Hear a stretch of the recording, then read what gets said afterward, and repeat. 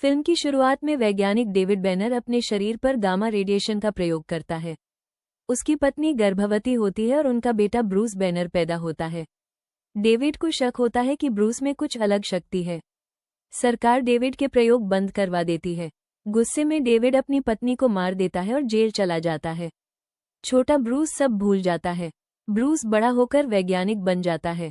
उसे अपने बचपन की बातें याद नहीं रहती। वो अपनी साथी बेटी रॉस के साथ रिसर्च कर रहा होता है।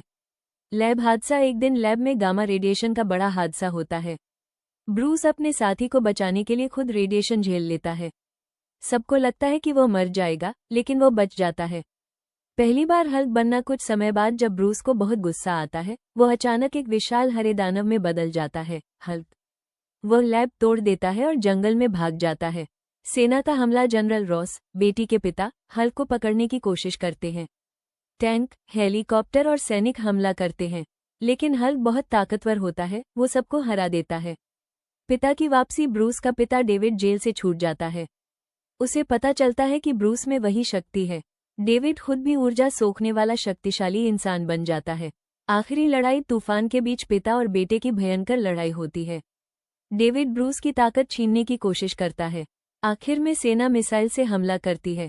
डेविड मारा जाता है। अंत। ब्रूस समझ जाता है कि उसका गुस्सा खतरनाक है। वह सबको छोड़कर जंगल में रहने चला जाता है।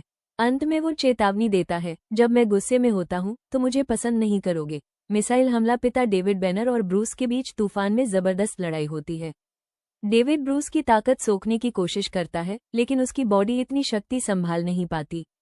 तभी सेना एक बड़ा मिसाइल हमला करती है। धमाके में डेविड मारा जाता है। ब्रूस बच जाता है, लेकिन सबको लगता है कि शायद वो भी खत्म हो गया। ब्रूस का फैसला। ब्रूस समझ जाता है कि उसका गुस्सा दुनिया के लिए खतरा है। वो तय करता है कि वो लोगों से दूर रहेगा ताकि किसी को नुकसान न पहुंचे।